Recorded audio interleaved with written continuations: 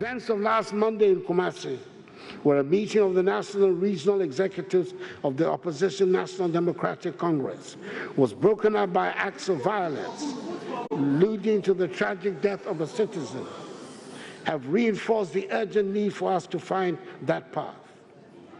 I want to use the platform of this message to make a sincere, passionate appeal to the leaders of the two main political parties in our country, NPP and NDC, to come together as soon as possible, preferably next week, to agree on appropriate measures to bring an end to this worrying and unacceptable phenomenon of vigilantism in our body politic.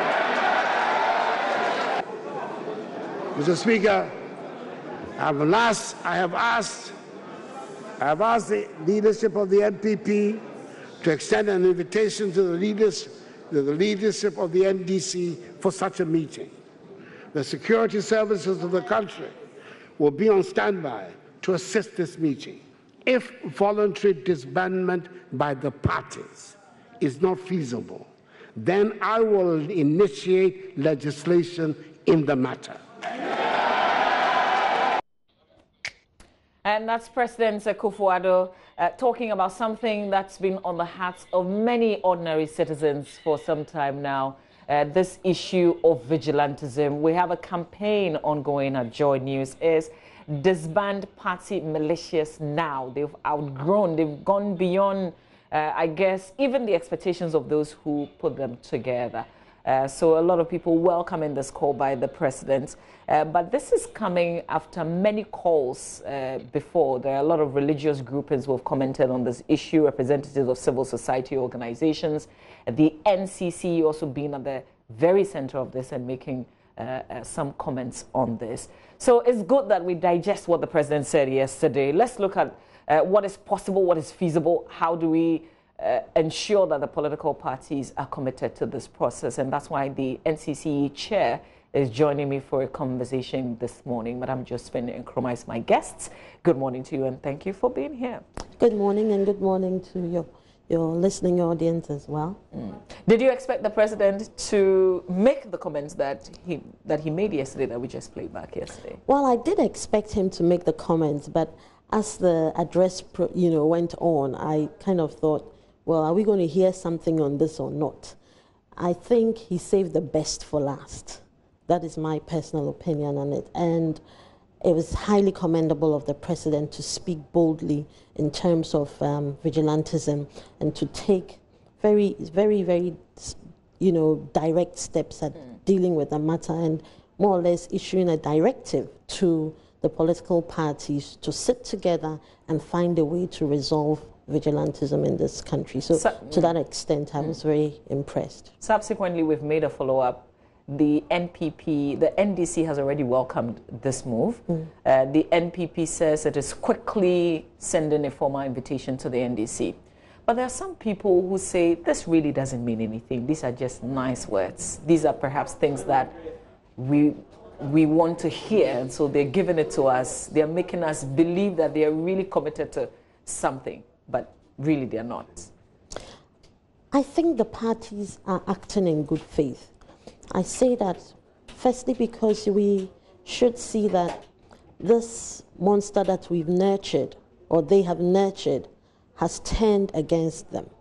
We saw the incident in Tafu Pankrano, where their own turned on the minister there, and we saw what happened in NDC, at the NDC headquarters in Kumasi.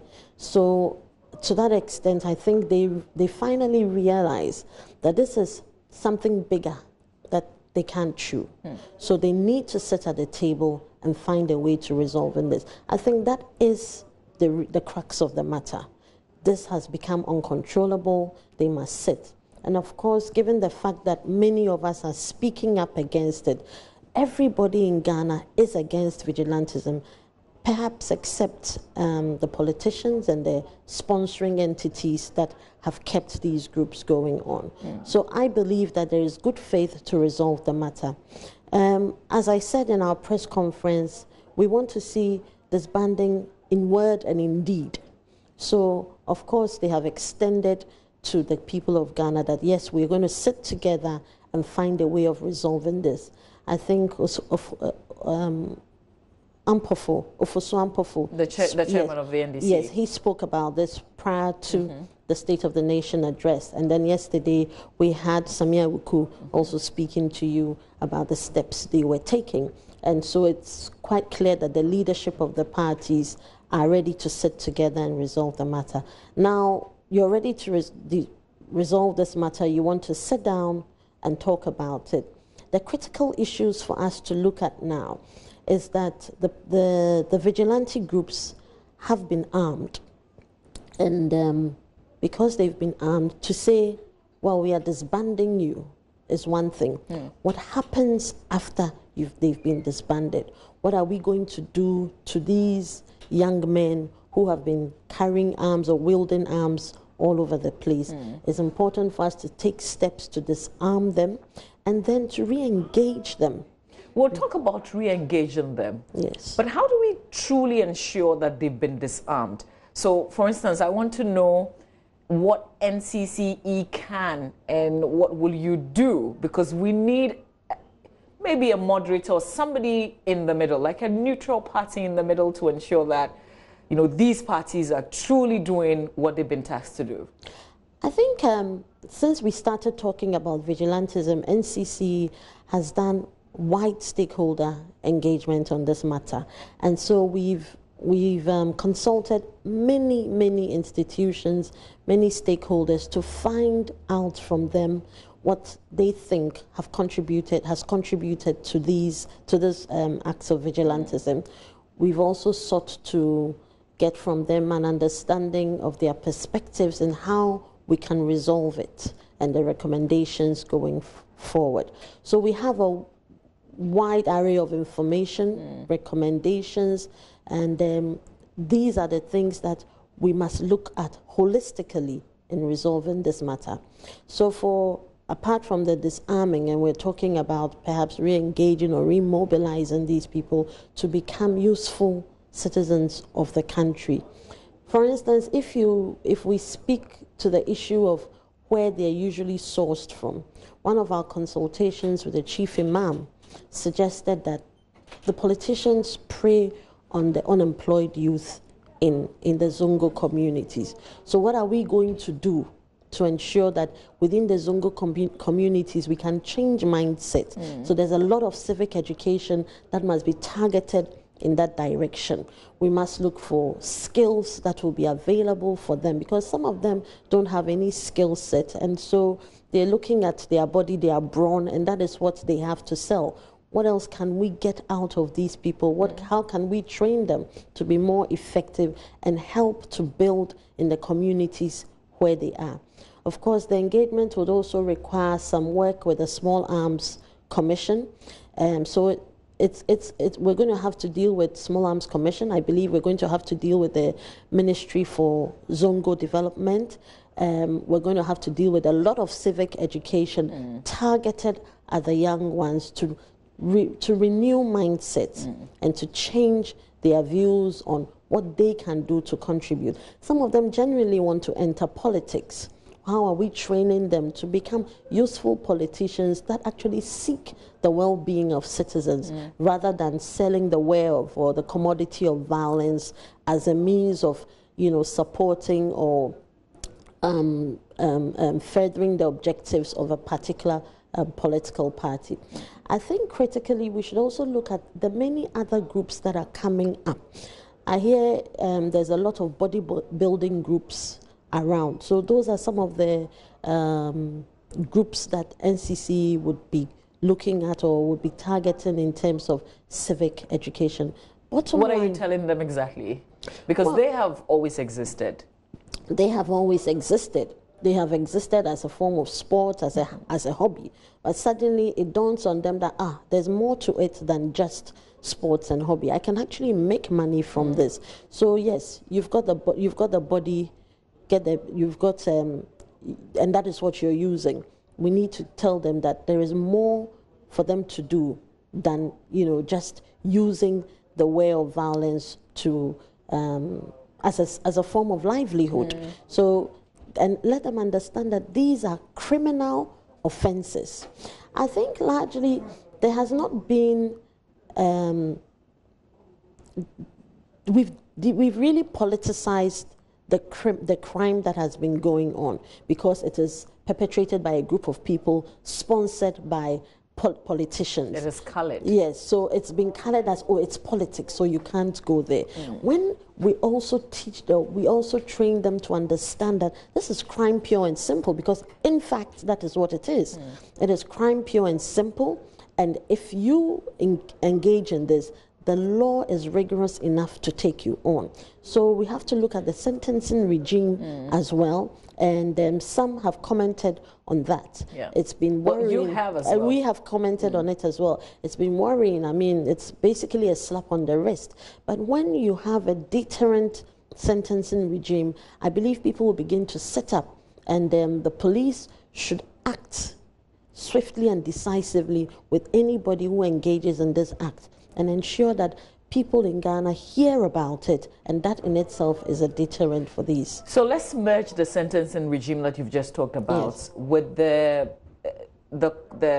president saying, if you don't on your own do it, then I'll be forced to come up with some form of legislation. We already have laws. What else, should this not go well, can we do in terms of the legislation that the president talks about? Well, I am struggling to see what kind of legislation will come out of it, because once you take away the politics or the political figures behind the activities of these thugs, it is nothing more than a crime. And our Criminal Offences Act has enough laws that deal with this. So what we should see is more prosecution in terms of the acts of vigilantism. And when we see more prosecution, vigorous and deterrent enough, then I believe people will begin to set up. I do not think that we need further legislation to deal with this matter, except perhaps to the extent that causes or forces the parties to come together. I think another important thing flowing from our engagements, we've had a central theme running through most of our stakeholders' comments on or perspectives on this, and that has been the confidence in the police service. And what are we doing? When you disband, does that necessarily mean that all of a sudden parties have total confidence in the Ghana Police Service? I think not. And the central theme that has run through all our engagements suggests that stakeholders actually believe that we need to, again, depoliticize the appointment of the heads of security agencies. We need to look at it in order for security agencies to be strengthened as independent of politics, independent of any political appointing regime that allows them to act. Tied to this also is the fact that heads of security, and indeed public servants, so to speak, must understand that they can do their work if they have a certain security of tenure.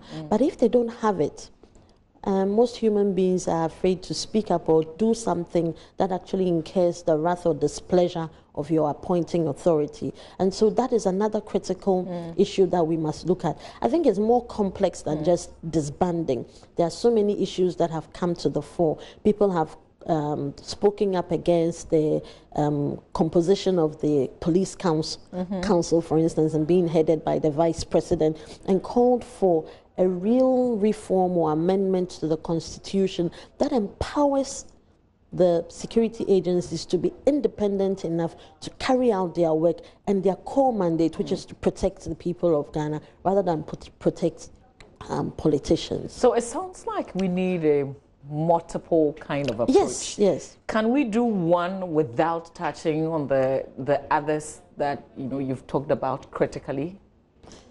I don't. So, for instance, we're asking the political parties to engage each other and willingly disband. Yes. Can we do that and not do the reforms that you talk about in the police in terms of appointments? I think that will be scratching the surface. and we need to delve deeper. So we should have short, medium, and long-term plans or a roadmap for this. So where would you place this immediate call? I'll The place political this parties coming together as the very short term. Okay. The very short term. And then going forward, begin to understand what the real issues behind vigilantism are. There's something that I've learned, sorry not to cut you, in terms of what is behind how they came about and why they will continue to be there, at least until the call came yesterday and the actions that we've seen. That we need them to protect the ballot boxes until we're confident of a transparent electoral process, then we cannot do away with them. I'm sure you've heard it because you've engaged a lot of people. I've heard it, but I don't buy into it. I don't buy into it because our electoral process has improved over the years. So right from the onset, when you had these so-called macho men protecting ballot boxes, we've moved away from that. We have transparent ballot boxes, we have the famous pink sheets, and all of that go to ensure that you have a rigorous and transparent electoral process.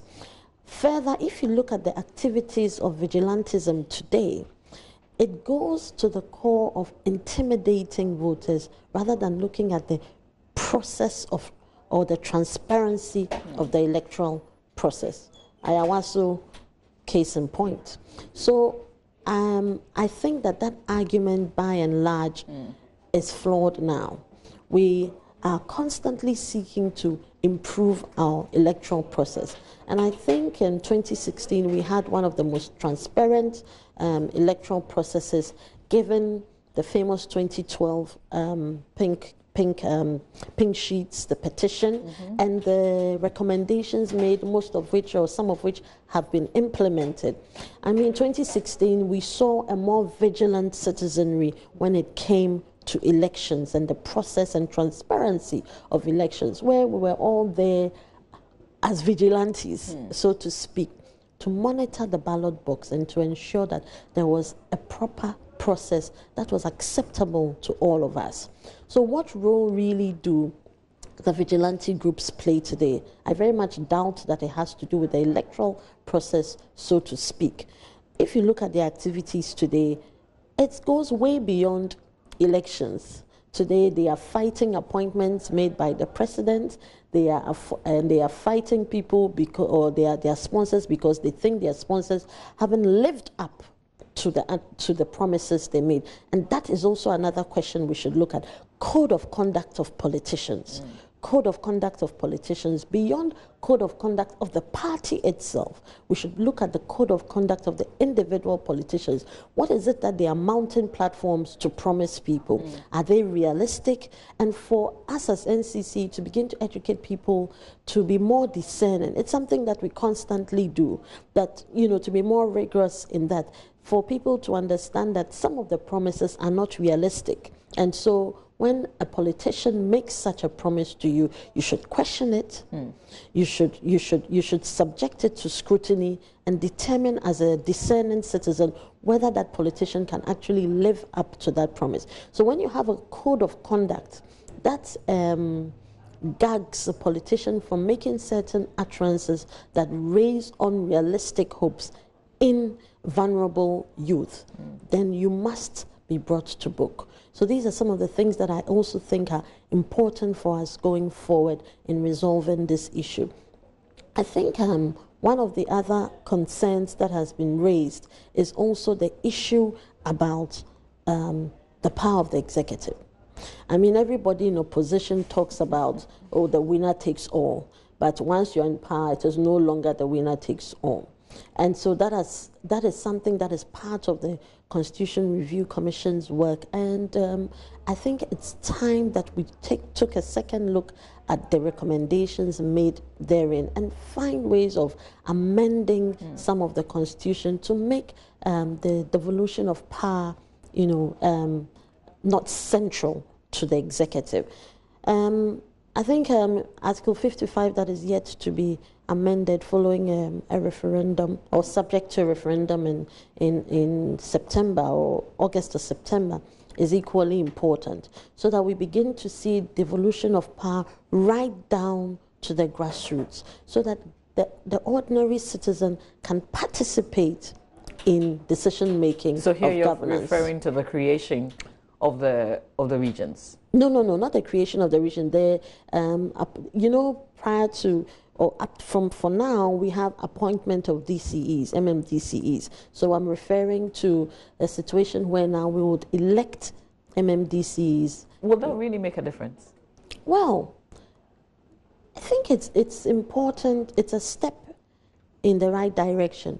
NCC carried out a research on the effectiveness of district assemblies, and one of the critical findings was that Ghanaians want to elect their MMDCs, and the reason is this: because MMDCs up to now are appointed by the president, they feel they hold themselves accountable to the president, but they are there to act in the interest of the people. So we're looking at changing accountability vertically and bringing it downwards to the people rather than upwards to a certain appointing authority. So if it's the people who give you the power, you would now have to listen to them. You would now have to do what they expect of you rather than, just doing what pleases you because you only hold your accountability to the president. So these are all matters that must come together in a way of us resolving the issue of the winner takes all. So it's a process. We also need to be patient and understand that vigilantism, as it has crept in, didn't start overnight. It's escalated to a level where we are all very concerned. But there's going to be a process where we would get back on track. Okay, so I have a quick question. Yes. Would this happen before the 2020 election? Some of it can happen. Some of it can happen, not all of it. But you see, I believe that bringing the parties together and holding a wider stakeholder roundtable on this is essential, where all of us buy into a certain roadmap, so that irrespective of which party is in power, we would follow that roadmap. When we have that, I know that we would get there and we would be able to resolve this matter of vigilantism. We'll be able to resolve this matter of security. When we feel the way we feel today, and I'm sure I can say the same for a lot of Ghanaians who don't feel secure, that in itself does not allow us to express our views as citizens. And we cannot live in fear. If we want to have a vibrant democracy, then it's important for citizens to have their say and to expect that governance would be a way that allows us all to contribute to building this nation. But where people are gagged out of fear, then we do not have democracy. So real citizenship requires us to speak up. How do we stop that? Because we see that happen in the UK. Like, we talk about how we admire other democracies, and how people even within the same party would speak against a certain policy or a certain action. We admire that elsewhere, but when it comes to our own country, we're unable to do that because you would just be tainted. Well, I think it's because we've been polarized as a nation, and everything is seen in the lens of a particular political party's color. But when we become more objective and we begin to understand the essence of democracy, allowing everyone to have his or her say in an objective way that benefits the country, all of us collectively, rather than parochial interests, then we would know that speaking your mind is essential for us to build this nation. I'm sure, right now media houses are tainted, public institutions are tainted, private companies are tainted, in a home people are tainted one way or the other. And so everything that we say today must be seen in partisan color lens. But that should not be the case at all. And I think it's time that we had more debates in Parliament, that actually portrays this, that we are there, members of Parliament are there to speak for and on behalf of the people, and not just to tout party policy, whether it's right or wrong. So we want to see members of Parliament who are more objective. I think the only time that you find that objectivity is when it benefits members of Parliament. But we want to see real objectivity, because up to now, almost every debate you see in Parliament has been very partisan in approach, and it leaves you wondering, are they there acting in our interest, or are they there acting in the interest of party? So once we begin to see people who stand as parliamentary candidates who are objective, who are not afraid to speak against their own party on matters that they think are not beneficial to the citizenry or to their constituents, then we would see a more vibrant democracy for us. And of course, I would use this opportunity to urge Ghanaians that as we approach district level elections, we want to see right-thinking Ghanaians hold themselves up for position in district assembly. In 2015, when I joined NCCE, we were just about taking off on district level elections, and I was amazed or shocked at the caliber of people who even stood as unit committee members. And like, is this the person that determines development in this community? What are they going to say? What can they do? You understand? I'm sorry, ne'er-do-wells, a few drunks, just, loitering about, and then, they are put together. This is the unit. Is the position even attractive? Is the assembly an attraction so that people want to be there? What makes it attractive? What makes it attractive? And I think in Ghana it's become the phenomenon. There should be money tied to everything. But you see, when you look at it beyond pecuniary gain, I think you'd understand that there's a larger gain for all of us. For instance, I go to the market and I talk to the market women. I ask them, why don't you hold yourself up for the unit committee? Do you know how that affects you? Because what the members of the unit committee do is to take the concerns of the people to the assembly. Have they come up to you? No. I said, what are the critical things that you're concerned about? They'll talk about health, they'll talk about education, they'll talk about sanitation, all of those things are critical. I said, look, you are the woman, you know the problems, you suffer the problems, you should begin to hold yourselves up for these positions so that you can see real change. You have all of us sitting in our homes and we complain about what goes on in our suburbs, you complain about what goes on in our community, we talk about no street lights and the basic amenities. What are we doing about it? How are you contributing to district assembly governance to ensure real community development? We can't expect anyone who is clearly incompetent to do it or you can't leave your destiny in the hands of somebody who you consider incompetent and expect things to get better. Everybody must play his or her part in this. So Ghanaians must take it upon themselves to know who the MMDC is. Ghanaians must take it upon themselves to know who their presiding members are. They should take it upon themselves to know who their unit committee members are and begin to hold them accountable to development in their communities. Largely what you see, they are developmental issues and economic issues. I believe if most of us have the essentials, food, shelter, water, good sanitation, good health, we would be happier. We would be a happier nation. And so it's up to us to make that happen. And if you think that everything, there must be some pecuniary gain to it, then we would be deceiving ourselves. So when you talk to these people on the ground, yes, the market women, what's the response like?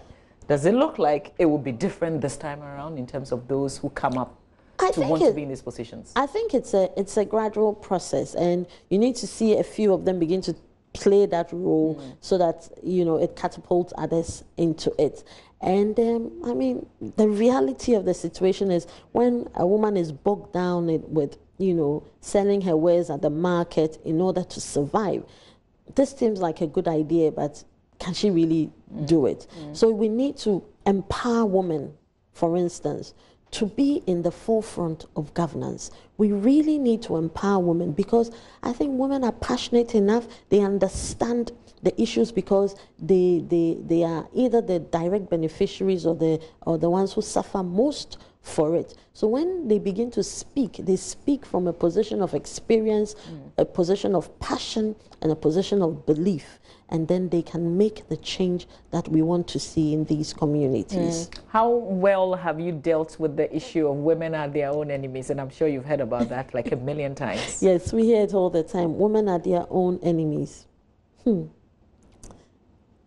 Sometimes. Sometimes. But women should begin to hold each other up as we approach the 8th of March, International Women's Day. These are some of the messages that we need to put out there for women to hold each other up. I say, if every woman, myself, yourself, women in certain positions, women out there in the public eye, begins to take one girl under her wing and nurture and mentor that girl, then we are raising women leaders. We are raising women who can make a change, and that is critical for us. I want us to finish off with our conversation on, vigilantism, party militia groups, and that's how we've decided to call it, because that's what it's become. Yes. The IGP's call on the political parties, I guess this works well for him. Yes. But how does he take advantage of what is happening right now? I think the first thing the Ghana Police Service has to do is begin to build confidence, get the people to believe in them. And a lot of it will depend on what goes on from now on. How the police deal with investigations, how they deal with prosecution, and how we perceive of them acting without fear or favor. So there's a lot on the IGP's plate, because all the political parties tend to blame the security agencies for it. I think also going forward, the Emil Short Commission, its findings and recommendations will also be key, because as it is now, we've had a lot of officers who have appeared before the commission, and there's this seeming crack in the cohesion of the security agencies acting, and that in itself does not build confidence, because people say, these are the people who are supposed to be providing security for us. Going forward, we need to see a more cohesive police force, but a lot of it also takes the will of the policemen themselves. It takes the will of the executive to allow the the police officers or the security agencies to do their work and depoliticize the activities of security agencies. Once we see that we have a force that is objective, that will deal with issues as they are and not succumb to political influence and political intrusions, we would be going a long way. One of the things that also is critical to this even is the recruitment process in the security agencies. Some officers have intimated that, listen, if I want to do my work, but every time you have a new party in power, they bring a whole load of people and say, put these people in. So you have a police service or a security force that largely is NDC or NPP. And so there goes the politics in there as well. We need to divorce politics from security and understand, as we are seeing from vigilantism, that once we have insecurity, it is not targeted at any individual. Every single Ghanaian becomes vulnerable, and that is what we must avoid in order to ensure that we can grow our democracy. Does it look like something that we can truly do? Because we've seen, and I'm sure that you've monitored commentary, how some people come out really strongly, they try to be objective, and the next moment you see that they've been transferred. So if your comments are not favorable, I post you to some place that you go to the office and virtually do nothing. In one of our consultations with Shraj, I was happy to note the Article 191 of the Constitution, which affords public servants whose tenure or whose employment is unfair, or the terms of employment is unfair, to be able to go and test it in court. So we need to see public servants who feel that they've been treated unfairly because of something that they have done in the course of their work, to begin to test these matters in court and cause persons in higher authority to sit up and know that you cannot victimize somebody for doing or saying what is right.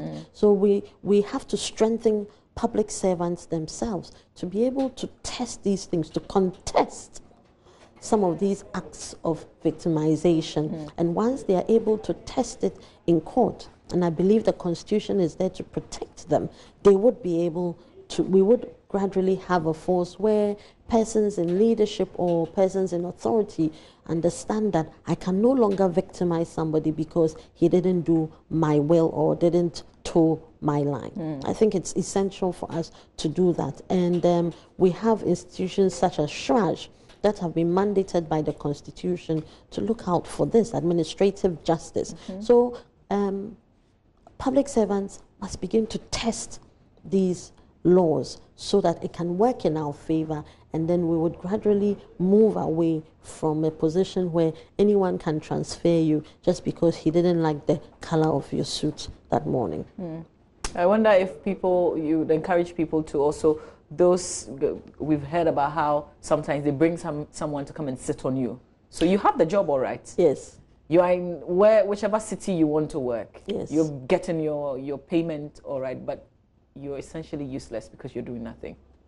Can you use the law to say the institution is not giving me any work to do? Yeah, the institution is there to give you work to do. To the extent that that makes it unfair, that prevents you from carrying out your duties, I think it tramples on your rights to work. You should be able to test that and have the law speak in your favor. Because a lot of people don't speak up out of fear. A lot of people don't raise their voices because they don't want to be seen as politically incorrect. But we must all begin to speak up. That is what democracy is about. That is what is enshrined in the Constitution, and we must speak up as a people. Yes. So finally, on this issue of disband vigilante groups, yes. Some people say, oh, this country, they can talk. Give them this week, give them next week. Nothing will happen. And then everybody goes to sleep. How do we wake ourselves up and say that this issue exists and we have to keep monitoring it till the end? I think it takes stakeholders to continue to speak up. So I'll urge everybody who has spoken up so far not to give up in this fight. Joy FM, you've done an amazing job of keeping the conversation going on vigilantism. You've had faith-based organizations speaking up. You've had security experts speaking up. NCC has been vociferous in this from the get-go, and we will continue to speak up because, as we said, we will continue to name and shame and condemn any act of vigilantism. That may come at a cost. Are you ready to go all out? There is a cost to everything. Yes, we are ready to go all out. We are ready to go all out because it is our mandate. We are supposed to sustain democracy, and this is one of the ways that we sustain democracy. So for NCC, I can assure Ghanaians that we will continue to speak up against vigilantism. We would monitor closely what goes on in the next few weeks between the two parties, and we hope to facilitate and moderate over the discussions that the political parties have, and also to bring to bear the other complex issues and how we should fashion out a roadmap to resolving the issue. So it's a long process. And on this note, I should also say that it comes at a cost, it comes as a financial cost as well. And it is no news that NCC is, inadequately resourced. I think the news for me is the fact that you haven't been talking about that much. Sometimes it becomes so flogged. I mean, it's a given. But we cannot stop. We cannot say we're going to sit because we don't have funding. We have real needs in the commission. Let me tell you what is going on. You know, the law enjoins us to have an office in every district.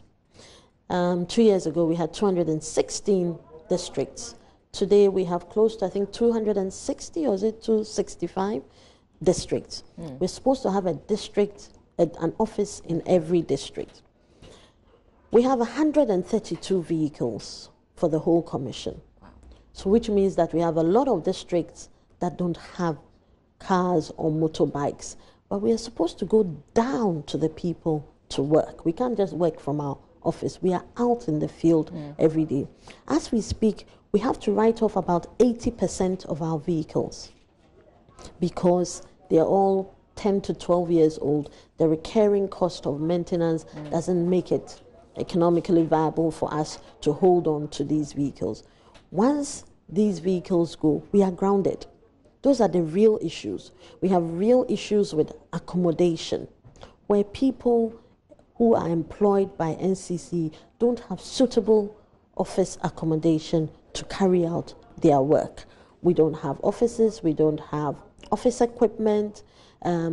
Our financing is really poor. Last year, our total budget for 254 district offices at a time, 10 regional offices, 1 head office, was a little over 2 million cedis. That was to cater for all our activities, cater for the running cost of our offices, fuel, utilities, rent, everything combined. 2.1 million or so it was. We barely got half of that. And it was only up to the end of January that we were able to access part of our third quarter release for 2018. So when people speak that they don't hear of NCC, we have real challenges. So people people say, why don't you use social media? And there are real challenges there for us. We have the content. Sometimes we can't push it because we just don't have the cash for data. We have begun to use, to tend to other institutions. Well, we've always had donors that support us. For instance, EU has been one of our most vital support links in terms of churning out our activities. But you see, as a commission, when you are totally dependent or heavily dependent on a donor who has no obligation to sponsor you, you need to have an exit strategy. And when you don't have the exit strategies, it's fearful. You wake up at night thinking, what happens when EU, runs out of funds for us? For instance, our 2012, 2015 district level elections, 2016 general elections, all of that was sponsored. Our activities were sponsored by the EU. For 2020, we don't have any grants from any sponsoring company or sponsoring entity. Is it because you have chosen not to apply? No, or not to requests? No, that is not part of their basket of donor funds this time. They're looking at anti-corruption, rule of law, and accountability. So that is what they are looking at. So for them, well, we've done this, you've come of age. So come 2020, you should be able to manage elections without any challenge.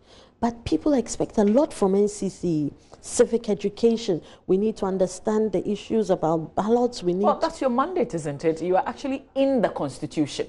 Yes, it's our mandate. In the Constitution also, it says very clearly that the government of Ghana would sponsor us. That is what it says. So what can we do? What can the people do? Well, the people can continue to advocate for NCC to be properly resourced. You see, when there's anything that goes wrong in this country, it's laid at the doorstep of NCC. Everything in relation to governance, everything in relation to sanitation, everything even in relation to the young girls who go to Saudi Arabia and are maltreated as domestic servants. All of that is laid at the doorstep of NCC. But nobody asks or talks about the fact that NCC is woefully resourced, and that accounts for sometimes our ineffectiveness in reaching the people. So you expect so much from us. We'll also expect that government would also support us. We are not sitting idle. We're turning to corporate Ghana for support a lot. And so you would see that, for instance, we have a university civic challenge ongoing now, and that has been taken up by GNPC. Okay. You have a few other companies that have supported us one-offs, but we're trying to build a relationship with corporate Ghana to ensure that we have their buy-in, they become our partners, and they understand that civic education is closely linked to the success of their businesses as well. When people don't understand their roles as citizens, they don't give of themselves, and it affects productivity. When a country is politically unstable, of course, then it means that businesses begin to fret. Are they going to have the right environment to thrive? If they can't, then it means that there's no point doing business here. So there is a link, and I think corporate entities are beginning to find that link, and we are beginning to pick up friends in the corporate space. Okay. So we are grateful to them for that. But I think the critical issue is that we need to understand that we have priorities, and it is up to government to decide whether civic education is a priority or not. The expectations are high. We will expect that the money would follow these expectations of the NCCE. Yeah. Yeah. All right. So we'll be advocating. I volunteer to advocate Thank you for very the much. NCCE. Let's get funding into NCCE. If I may also add, in May, we'll be having our citizenship week, and what we do is we go out to the basic schools and some of the senior high schools, and we speak to them about the essence of effective citizenship, duties of a citizen, and then we use whatever topics that we use, and we rely on volunteers in the community as role models. Come out and speak to the youth across the length and breadth of the country. Sometimes people think they should be paid for it, but it's meant to be something that people do as, part of their contribution to civic education. Ask all well-meaning Ghanaians who would like to support NCCE and volunteer to be resource persons to call on the offices of NCCE, and would gladly put their name in the database, assign them to schools during Citizenship Week, so that we can build this country together. It is a collective responsibility. I thank the media also for all the space you've given us so far. Joy FM, you've been amazing, and we look forward to... So that's our radio. This is JoyNews. Okay, JoyNews. Forgive me, Joy FM and JoyNews. You've helped us as well. Your sister station or your other stations, City FM, have been great as well in creating visibility around what we do. We have produced a chunk of civic messages now, and we are looking to media to take it up, 30-second messages that must resonate with the people on a variety of topics, particularly on our values as a people and the values that we must instill in the young ones, and we must exhibit so that we can build a holistic or a wholesome nation. Okay, absolutely. Thank you very much. I've enjoyed this conversation. I'm glad that we did this, and we'll be following up and advocating as well. And I am signing on to the May Amazing. Yes. Thank you. So thank you so much for Thank you for having me. That's the chairperson of the commission, the National Commission of Civic Education. For Civic Education, NCCE. Madam Josephine Nkrumah has been my guest. Stay with us. We have a conversation with the National Theatre. They have a new play that they will tell us about. We've got some show business also coming up, courtesy Awake Purified Drinking Water. So absolutely stay with us.